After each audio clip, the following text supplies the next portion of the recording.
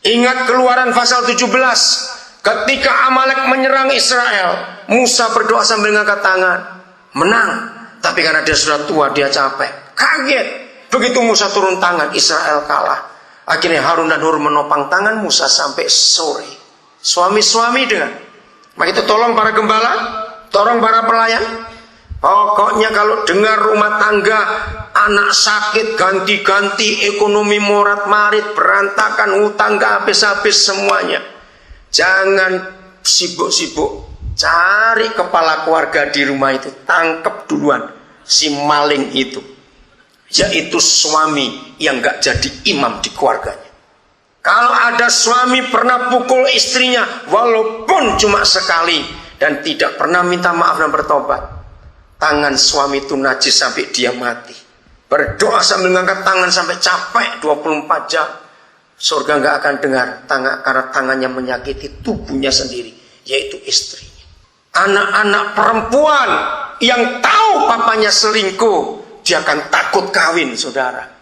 Karena dia takut disakiti seperti mamanya disakiti papanya sendiri. Anak-anak laki yang tahu papanya selingkuh, tanpa sadar dengan belajar selingkuh juga nanti kalau menikah. Walaupun dia benci apa yang papanya buat. Nomor 2, kapan seorang ayah menyakiti anaknya? Waktu tidak menepati janji. Itu anak luka luar biasa. Seringkali kita enteng aja janji. Hati-hati. Semua sadar, anak-anak adalah makhluk yang paling ingat janji. Betul tidak? Hebat sekali. Janji mama nggak ditepati, anak maklum. Heran saya lihat itu. Tapi janji papa nggak ditepati, itu seumur hidup anak itu ingat. Nomor 3, Etkul menulis, kapan seorang papa menyakiti hati anak, melukai dan menghancurkan masa depannya? Ketika papa tidak adil dalam hidup. Saudara jangan anggap enteng. Ayah yang melukai anak itu melahirkan generasi pemberontak. Tolong sekarang buka yang sebelah bawah Alkitab. Saudara, tahun 84 bulan September, saya mendapatkan pewahyuan ini di kota Salatiga. Roh Kudus tanya begini kepada saya, Daniel, kamu cari, kapan aku memulai perjanjian baru? Maksud Papa itu tanya saya, firman yang pertama untuk menandai perjanjian baru itu kapan? Saya bilang Matius. Baru tanya Matius. Ternyata bukan, saudara. Firman yang pertama setelah Maleaki mati. Dan Maleaki menubuatkan pasal 4 ayat 6. Itu dia nggak ngomong lagi. Sejak itu 400 tahun kemudian Papa baru bicara lagi kepada Israel. Bayangkan 400 tahun. Jadi kalau saudara punya Alkitab, begitu Maleaki selesai, ada lembaran kosong bukan? Nah itu 400 tahun umurnya. Karena begitu lama Papa nggak bicara lagi kepada manusia. Dari mana kita bisa mengukur 400 tahun? Firman yang pertama memulai perjanjian baru adalah Lukas 1, bukan Matius. Itu luar biasa, Lukas 1, saudara. Dan ternyata firmannya sama. Maka itu sekarang yang duduk sebelah buka dua Alkitab. Satu Maleaki 4 ayat 6, yang satu Lukas 1, 17. Buka sekarang. Mengapa Yahweh berfirman sama sebelum dia diam 400 tahun, dan setelah dia buka mulutnya lagi, firman yang sama yang pernah diucapkan 400 tahun sebelum. Tapi lihat ada perbedaan. Gini aja tolong, PowerPoint-nya buka Lukas 1, lalu saudara semuanya buka Maleaki 4 ayat 6. Kita ketemu satu kata yang beda. Sudah PowerPoint-nya ada? Saya nggak lihat Alkitab, ada Alkitab nggak di situ? Oke, ya lihat sekarang. Apa yang terjadi kalau ayah-ayah melukai anak, lalu akan muncul satu generasi. Oke, sudah ya Maleaki 4 ayat 6 saudara lihat, saya akan baca sekarang. Dan ia akan berjalan mendahului Yahweh dalam roh dan kuasa Elia untuk, sampai sini sama, membuat hati ayah-ayah berbalik kepada anak-anaknya, dan hati siapa? Orang-orang durhaka. Di Maleaki bilang apa? Anak-anak. Ini yang mengagetkan saya. September 84 pewahyuan ini datang. Ternyata ketika ayah melukai anak, maka anak-anak jadi durhaka, saudara. 400 tahun Papa diam, Lalu firman yang terakhir dan pertama sama isinya. Kalau ada anggota polisi akan lebih baik saudara cerita. Tapi semua kita tahu, saudara lihat. Gini kasus yang terakhir aja.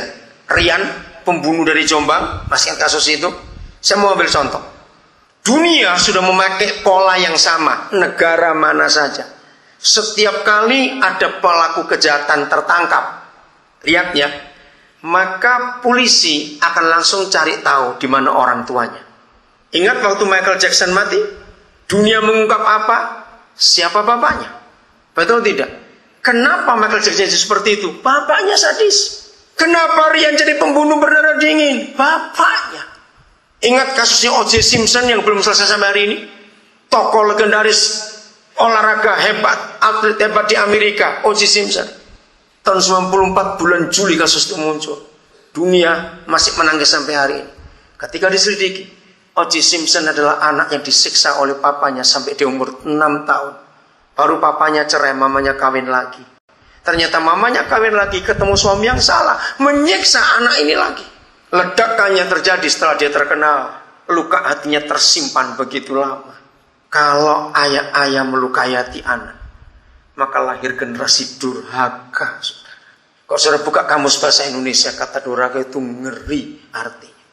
Kita pernah dengar kata durhaka itu malin kundang, legenda. Betul, anak durhaka, sang kuriang, itu anak durhaka. Mengerikan sekali. Ternyata penyebab durhaka itu bukan setan, tapi ayah-ayah yang jadi setan. Dan lihat akibatnya.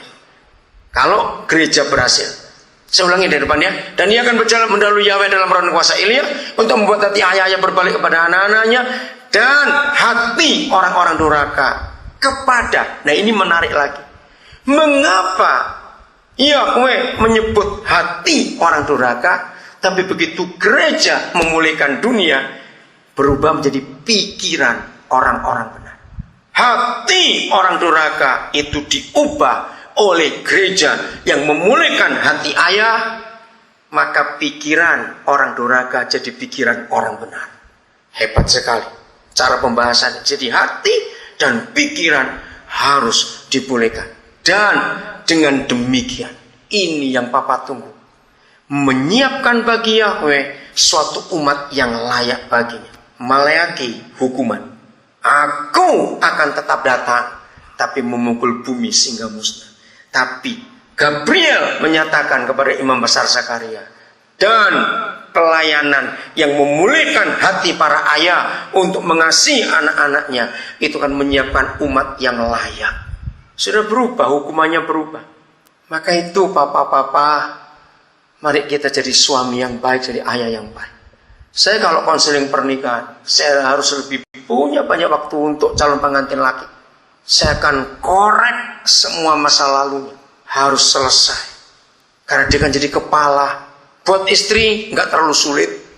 Karena istri itu, perempuan itu tegur, nangis. Kalau laki nggak, ditegur, nyeleweng dulu, cari alasan macam-macam. Maka itu kita ini pria-pria harus bertobat betul-betul, saudara. Makhluk paling sombong sedunia itu namanya laki-laki. Makhluk paling duablek, ini bahasa Surabaya, yang di dunia itu juga laki-laki. Makhluk yang paling geragas, tahu geragas bahasa Jawa, rakus, itu juga laki-laki. Kenapa setan merusak kita? Karena setan tahu, kalau laki-laki dirusak, dunia akan rusak dengan sendirinya. Suami hari ini kita harus dipulihkan. Maka itu tolong yang konseling pernikahan harus serius bagi yang pengantin lakinya. Diteliti betul bagaimana masa lalunya semuanya itu. Karena itu penting sekali.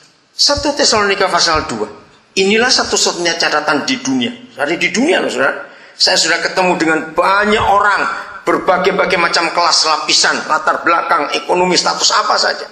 Mereka tidak pernah tahu bahwa hanya Alkitab menuliskan bahwa mama dan papa punya fungsi yang berbeda. Tidak ada buku atau literatur yang lebih tua daripada tulisan Paulus ini di dunia, yang menuliskan siapa itu mama dan siapa itu papa. Dan inilah rahasianya. Ayat yang ke-7, 1 Tesalonika 2 ayat 7. Tetapi kami berlaku apa? Ramah. Nomor 1 di antara kamu, sama seperti siapa? Seorang ibu. 2 ngapain? Mengasuh. 3 ngapain? merawati anaknya. Ayat 8. Demikianlah kami